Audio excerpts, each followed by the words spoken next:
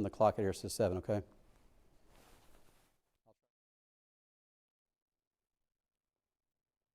I'll try.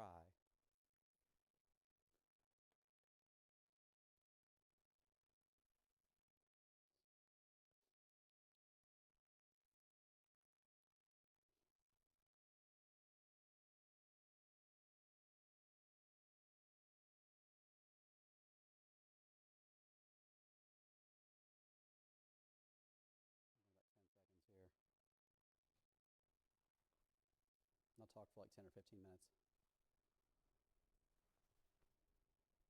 All right, thanks for checking in here on the live stream. I am Jeremy Goodwin, the Chief Meteorologist here at WIBW TV in Topeka, Kansas. Been here for a long time, and we have seen severe weather in the months of October and even November. As a matter of fact, if you look at the 12 months on average, it may sound strange to have severe weather or tornadoes possible in October, but there's really a secondary maximum this time of the year. On average, the peak of tornado risk is April, May, and of course June, especially the first part of June, and then it kind of drops off in July, August. We do see severe weather July, August, September, but it tends to be more wind events. Sometimes it's hail, but tornadoes are very rare in those months. Now, we jump to October, November, there's a secondary peak. It's not as big as May, April, and June, but it's pretty obvious if you look at the statistics over the last 50 years that there's definitely a secondary peak about this time of the year. So tomorrow, here's what we have going on. The Storm Prediction Center, this is part of the National Weather Service, and they have a bullseye, what's called enhanced risk over northeast Kansas. That's not the exciting part of this. Enhanced just means you have a higher probability of seeing at least some sort of severe weather. The thing that concerns me, and why I'm leaning forward on this to talk to you extensively before this gets here, is this bullseye. Right here, this yellow and then the black hatch marks inside it, this is the tornado risk for tomorrow. So the Storm Prediction Center, this is part of the National Weather Service. Storm Prediction Center, in case you don't know who they are, these are the folks that issue the watches, and the tornado watches and severe storm watches especially. They also issue convective outlooks that folks like me look at every single night, and there are a lot of times at 1 o'clock in the morning I'm hitting refresh on my phone or my computer to see what is their outlook for the next day. 1 a.m. is when it comes out, and if we're, if folks like me are wondering what kind of day tomorrow is going to be, we want to see what other experts think on this, and I'm hitting refresh, and a lot of other meteorologists are as well, to see what their outlook is. In this case, for tomorrow, they've got this black hatched area for tornado risk here. So the yellow would be concerning enough, but that black hatched area indicates that a 10% or greater probability of EF2 to EF5 tornadoes within 25 miles of a point. So these are smart scientists. These are smart forecasters. These folks have a lot of credibility, and when they say something like that, I want to make sure I communicate to you that there is a risk of having damaging storms. Now, am I guaranteeing we'll have an F5 tornado? No, I'm not saying we will. Even in a setup like this, if we were to have an F5 tornado, a really big, nasty one, it would have to hit a populated area and hit the specific buildings to get rated an EF5 anyway. So the chance of us having that is just really on the outside edges of possibilities. But something above an EF2, that's a problem. So just make sure that you are staying weather aware tomorrow. If you're watching us on TV, that's great. If you're going to be out and about, if you're working, make sure you have the WIBW weather app. We'll be live streaming on YouTube over and over and over again tomorrow, I'm sure. We'll have updates on Facebook, Twitter. We'll have live stream on WIBW.com. You get updates from the WIBW News app and the WIBW weather app. And if there are any tornado warnings going on, we'll of course break in on TV and stay on as long as we need to. So I'm not trying to scare you, but the conditions tomorrow are such that tornadoes are certainly possible. Not just a tornado, but possibly a strong tornado. So that's a bigger concern. This isn't maybe something could spin up. It's just possible. The ingredients are there to see a strong tornado or a couple of them. That's a real risk tomorrow. Now, if temperatures are cooler tomorrow, if we only top out in the mid-70s or lower 70s, if it's raining early and stays raining through the afternoon, the risk may be lower. But temperatures today in the last couple of days have been deep into the 80s. Even here at 7 o'clock in the evening, Concordia is still 79 degrees. If we get into the 80s tomorrow, the risk of seeing these higher end storms will be more significant. So tomorrow, If you're watching the temperatures, we get to noon or 1 p.m. If you see the temperatures are creeping above 80 degrees by then already, you can be very concerned at that point. If the temperatures stay maybe in the low 70s through the early afternoon, the risk is still there. It's just lower. I've been researching older events of bigger tornadoes in October, November to see what ingredients were common for this kind of thing. And you can see bigger tornadoes even with temperatures in the 60s. It happens. So I'm not saying that it won't happen if we don't get to 80, but just the likelihood of having something higher end and more dangerous, that likelihood, the statistical risk is more significant if we make that 80 or 83 degree mark tomorrow. Look at the wind still gusting 43 miles per hour in Concordia. Topeka still 82 degrees. The record high for this date was 89. We did make a record yesterday, but not today because today's record was just so hot. And right now we're all dry. So let's check out what the models say here. There's the enhanced risk for tomorrow. Again, this area of danger the Storm Prediction Center has out here. I put red hatch marks on here to make it stand out. And really, it's kind of the center of the line is very close to the Kansas Turnpike between Topeka and Emporia. Manhattan, Seneca, Hiawatha certainly in this. Concordia, I'm not saying you're safe. It just looks like the storms will develop near Concordia and then ramp up and become wild just a little farther to the east as it moves on. So here are the temperatures on Supercast. There's 10 a.m. Now let's jump up to 3 p.m. We've got 80 in Manhattan, 80 in Abilene, 58 in Concordia. If those temperatures hold, if that's what we have for temperatures tomorrow at 3 o'clock, the likelihood of us seeing very dangerous storms is more significant. If Manhattan is 72 degrees at 3 p.m., I'm not saying it won't be dangerous. It's just statistically not as likely at that point. So here's the line of storms and the timing on it. We'll see some rain out ahead of the really nasty stuff. These storms could produce some hail, maybe damaging winds. But the higher risk stuff is this batch back here. Near Clay Center showing up at 4 o'clock. 5 o'clock we're in Manhattan, Council Grove. Probably between 6 o'clock and 8 o'clock getting to Topeka, Holton, Emporia. Sometimes you get past sunset, they start moving faster. The forward motion can get faster. And sometimes when the sun goes down, we also tend to see them become more of a wind problem. The sunset tomorrow is close to just about 6:20 p.m., I believe, in Topeka. So we'll see. But the risk from the computer models goes actually to 9. Here's the HRRR model, the tornado risk showing tomorrow. 3 o'clock, these are the initial storms. A risk of 2 is concerning. That's not a small thing, but you'll see that the peak really shows up close to 7. We got some numbers around 5, a lot of area in the 5. When this scale gets above 5, that's a big deal. If you get to 9 o'clock, now you've got a big area of 6 over Kansas City. That's well after sunset. It's the jet stream energy and low-level jet energy will start to keep this thing going probably over into Missouri. Most likely as a wind damage event by that point, but we will have to see. But again, tomorrow, mid-70s are the forecast highs in Topeka, but I really think that some of it's going to go above 80, and if we get to the 80-degree mark, then that will be the more dangerous stuff. Now for Thursday, for your trick-or-treaters heading out on Halloween, it will be dry, just cooler, and the wind is not going to be as strong when we get there. So we won't have a problem with storms or even cold air there, or even storms at all on Halloween. All right, question from Tristan on Facebook asks, is Admire in the black? And yes, Admire would be in the risk area in that higher end tornado risk. So if you're in Lyon County, you are definitely included in that black hatched area. I want to show you a computer model here. Let's jump over. I'm going to jump over to the College of DuPage weather website here. They've got a really cool source we use for looking at some of the computer models. And I'll show you here one of the concerns I have. This is the jet stream energy this evening. So what I'll show you here, I'll step out here and show you, this is kind of why this thing becomes more of a problem for the higher end tornado possibilities. Okay, so Kansas is right here. This map's kind of hard to see unless kind of point it out. There's the coast of Texas, Louisiana, Arkansas. So we've got the Washington, Oregon over here. Jet stream dipping down across Arizona, and then it comes back up. It's very powerful, more than 100 knots coming in from the southwest. The southwest jet stream is usually one of the things we're looking for damaging storms for us. But in this case, you have a positively tilted trough right here, and the strongest jet winds are kind of at the bottom of it. I'm going to roll this forward, and you'll see this axis becomes negatively tilted. So I'm going to roll it forward, and you'll see that it starts pointing over more toward the east. That's one of the features we're looking for these storms to become possibly stronger. So as I roll it forward, now we get right there.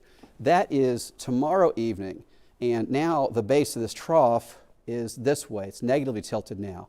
That enhances rotation. So we have temperatures way above normal, a very powerful cold front moving in, a lot of humidity. You can feel it just stepping outside, and then a trough that's going to go from positively tilted to negatively tilted, and it's swinging through here with a powerful jet stream in the first place. So you have winds here 80 to 100 knots taking a sharp turn and they're heading northward at 110 to 130 knots going straight to Minnesota.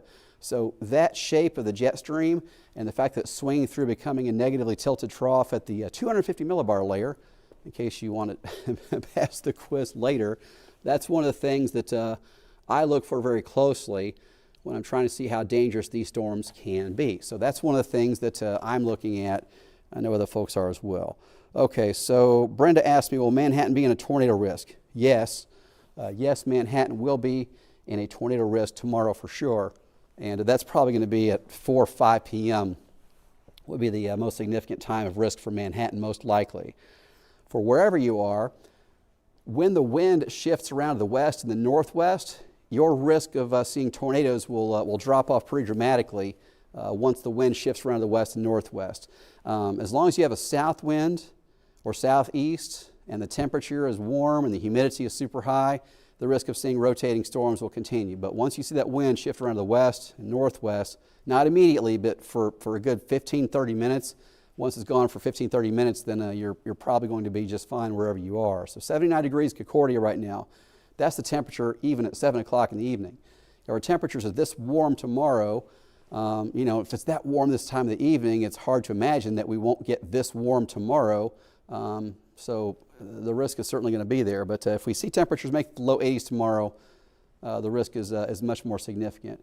Winds are still gusting 43 miles per hour in Concordia. There's a wind advisory tonight that says winds can gust 55 miles per hour on and off through tomorrow morning at 7 a.m. And that's really before this wild storm gets kicking. All right, so there are the temperatures now. Again, we're deep in the 80s even after the sun's gone down. Nothing on the radar right now. Tomorrow we'll be tracking that all day, of course. The severe storm risk, the enhanced risk is a level 3 out of 5. But the risk is really, I'd say it's exponential. You see a whole lot of marginal and slides, and then a high, you don't see that more than maybe once a year, sometimes every other year. We've gone 3-4 years at a time without seeing a high risk in Northeast Kansas at all. Moderate, for me, if I see moderate risk, I consider that an outbreak. We are almost guaranteed to see severe weather and tornadoes if we're in moderate. Enhanced means that we've got to really lean forward. And in conditions like this, I'm thinking that once we get past once we get the 1 o'clock in the morning update tonight from the SPC, if they still see conditions tomorrow like what they've had in the model so far, they'll probably take us to a moderate tomorrow. I don't think they go to a high, but when they set this thing out, these hatch marks, somebody mentioned Manhattan earlier. Are they in that higher risk? Yes. Admire, yes. You are in the higher risk as well, and this is really much of Northeast Kansas. And even though Clay Center, for example, is not in the hatched mark, I would not say that you're just fine or anything. All right, Dawn from Facebook says, how's Seneca looking for tornadoes? And Yaya Griffin on Facebook says, how about Junction City for the tornado risk? So Junction City and Seneca both will be in the tornado risk. Junction City close to 4 or 5. Seneca probably 5 or 6 tomorrow. But the risk time, I'd say from 3 p.m. to 9 p.m., everybody should be watching. The risk will start to the west, and then it will end up to the east. Lawrence, Kansas City, probably around 9 o'clock. That's me timing it off the models that I've seen so far. There will be new weather computer models coming in before our 9 o'clock show on my TV. I'll try to get an update on social media as well before 9 o'clock, just to show you that so you have it as soon as possible. Folks that are hitting the bed early or whatever, I want to try to get that out to you as soon as it gets out. But for now, this area is really kind of a bullseye that's from Topeka to Emporia and includes everybody. The turnpike is really the center of this, but the risk, the higher end tornadoes, F2 to F5 is what it mentions is possible in that area that I have marked there in the red marks. Okay, so the temperatures tomorrow, these are critical, but they're not absolutely necessary to make higher end severe weather. I'm just saying that if we do go to 80 in Manhattan and Abilene, if we're 80 degrees, those locations tomorrow at 3 p.m., we're almost sure to have really wild weather across the area. We're going to have damaging winds, and some large hail anyway. Some golf ball size hail could be possibly any of these storms. Wind gusts of 70 miles per hour probably be common tomorrow. But tomorrow at 3 o'clock, if we see these temperatures near 80. Now, the reason you're seeing these 60s and 70s to the east is because supercast is showing rain falling in these areas at that point. If that rain shield forms earlier and is more widespread, it could keep the temperatures down. That could help. It wouldn't shut this thing down, not until a cold front swings through, but hotter temperatures will make this more dangerous. Isolated storm cells will make it more dangerous. There's that reason why the temperatures showed up cooler in the model. I remember it showed upper 60s and mid 70s to Topeka. That's because at 3 o'clock it's showing this rain out ahead of the main event. But this is by far more dangerous than what's going on to the east. So if these storms are individual cells, if they're shaped like little circles by themselves, they have a higher likelihood of rotating. If they form into a line and they're all connected, it's harder for the line to rotate. You can have embedded rotations in here, but the more those cells can become isolated, they can rotate more freely and become more supercell structure. If they form into a line, it becomes more of a wind event usually, but then we have to watch for little things along the line that jut out. That happens too. So there's 5 o'clock, Marysville to Abilene. We get to 5, maybe 6 and 7 now. We're in Hiawatha, Topeka, Council Grove. And the later you get, the more iffy the timing gets. I'm not as confident on exactly where it will be at 8. I'm more confident where it starts off at 3. But certainly 5 to 7 p.m. Topeka, Emporia, Holton should be concerned here. So something to think about tomorrow is, if you're farther to the west, some of the kids are getting out of school, and there's like Clay Center, Marysville, Manhattan, they might be getting out of school close to the time that this storm risk is popping up. So we'll have updates on social media, WIBW.com, throughout the day, and I'll let you know what's going on. I'm not saying these schools are doing anything different. I'm just saying that if you have kids that are in school and you need to pick them up in those areas, those times, just be aware. Just think about that before you head out and, make smart decisions on what's going on. We'll let you know everything we can at that point. So here's 3 o'clock tomorrow. Again, we had that line of storms that were showing up, not the big show here, but the higher energy comes in the later we get, around 6 or 7. That's when we see all these 5s showing up on the computer model tornado risk. And as we get close to 8 and 9, now it kind of bullseyes with a 6 to 7 risk over the Kansas City metro. This will probably be damaging wind by that point, but certainly there's a tornado risk for Kansas City, Lawrence as well. But this will begin around 3 p.m. tomorrow for the risk, and probably reach Topeka between 5 and 7. All right, Ashgith, I believe, on Facebook says, is Washington, Kansas in the tornado risk? Absolutely yes. And Chelsea Gregg on Facebook, is Osage in it? Yes, absolutely. How about Ottawa?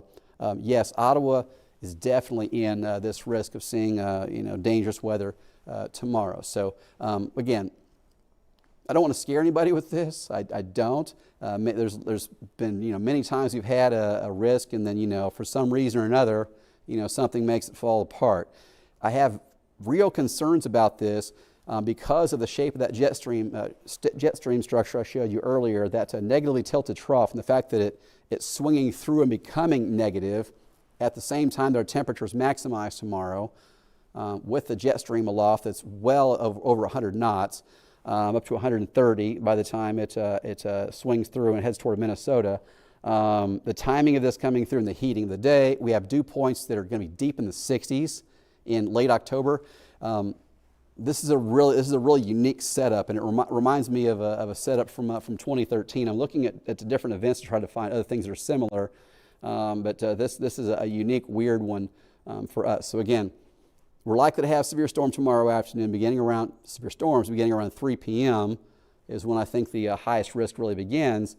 But it's possible to see tornadoes, and this risk map I showed you from the Storm Prediction Center is not something that they just kind of toss out. They don't go, you know what, let's just say F2 to F5 is possible.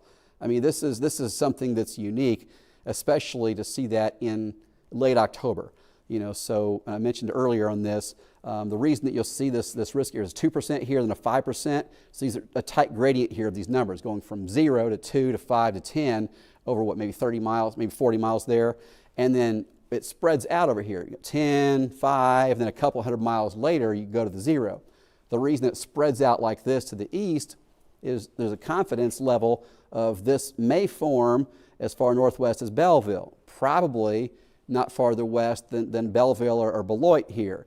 Now, once you get over to Clay Center, the likelihood is even higher that the storms will be severe, could be tornadic. Once you get over to Junction City, Manhattan, now we're more confident that this thing could produce tornadoes. Oh, and by the way, big tornadoes are possible. Now, the severe weather is almost a guarantee that this will have severe weather in it, so the line itself continues off to the east. The sun goes down with this line about Kansas City, Ottawa, and while we could have severe weather or tornadoes, the risk drops off. But the storms are in progress, so they continue a risk, and then the risk drops off more the farther east you go because it's now night, and the dynamics won't be as strong farther to the east. But that's why it ramps up quickly here and then drops off and becomes kind of mushy and vague the farther out you go. There's more doubt about what happens once the sun goes down. It gets to 2, 3 o'clock in the morning, and now you're getting over toward Columbia, Missouri, or St. Louis, or maybe it happens even farther out. So they kind of paint a broad brush out farther to the east is why it just looks more vague off to the east. All right, I'm going to check a couple more messages here, and then I'm going to jump off here. All right. Becky said, thank you. I appreciate the kind words. I really do. And Caitlin asked, could the rain early in the day diminish the risks? Yes, it could. If it's widespread raining earlier in the day and it keeps temperature down in the 60s, that's a better sign. But I have found other examples of strong tornadoes even with temperatures in the 60s. But if it's widespread raining, it's much less likely that you'll see a tornado move into an area where we've had rain, widespread rain. These temperatures right here showing on Supercast are because Supercast is showing rain in that line at 3 p.m. The severe weather, the really wild stuff, should develop back to the west. These storms could be severe. There's even a risk of seeing tornadoes with this. It's just the risk of big tornadoes. The ones you remember from many, many years are associated with this show over here. I'll have a new computer model coming out before 9 p.m. that I will share with you on social media and as soon as and on WIBW.com as soon as I can. That should be before 9 o'clock. For now, I'm going to go ahead and break this off. But tomorrow, just make sure wherever you are that you have a way to get warnings. If you can't get warnings from me, okay, just get it somewhere. Make sure you have a way to get warnings wherever you might be tomorrow, especially from 3 p.m. until about 9. So just make sure that you're aware tomorrow. We'll have live streaming going. We'll have updates on Facebook. We'll have updates in WIBW Weather app. If you don't have our app, I encourage you to get it. Even if you want to delete it the day after, I'll forgive you. It's okay. Just make sure you have a way to get warnings tomorrow, whatever it is, and just make sure you're weather aware tomorrow. On Halloween, Thursday, if you want to, ignore everything I say on Thursday, I'll forgive you again. Go trick-or-treating with the kids, have a great time. We'll be in the 50s and dry and less wind. But please tomorrow, make sure you're paying attention. So this is how the computer model looks right now. It's 4 o'clock tomorrow, Abilene, Clay Center, Salina. 5 o'clock specifically, we're looking at Marysville, Manhattan, Council Grove. 5 to 7, now we're getting the Topeka, Emporia area. And the later it gets, the risk starts getting over to Kansas City. But from about 3 p.m. tomorrow until 9 p.m., if you're in northeast Kansas, please be watching closely for this. Again, I'll have an update before the 9 o'clock news. I'll have a complete update on 13 News at 10. And we'll have an update on our website and on social media before I head home for the night. But tomorrow's probably going to be a long kind of a wild day. So thanks for checking in with us. We'll do our best to keep you safe and informed every time. And again, we appreciate you watching us and trusting us with your weather coverage. Have a great night. See you later.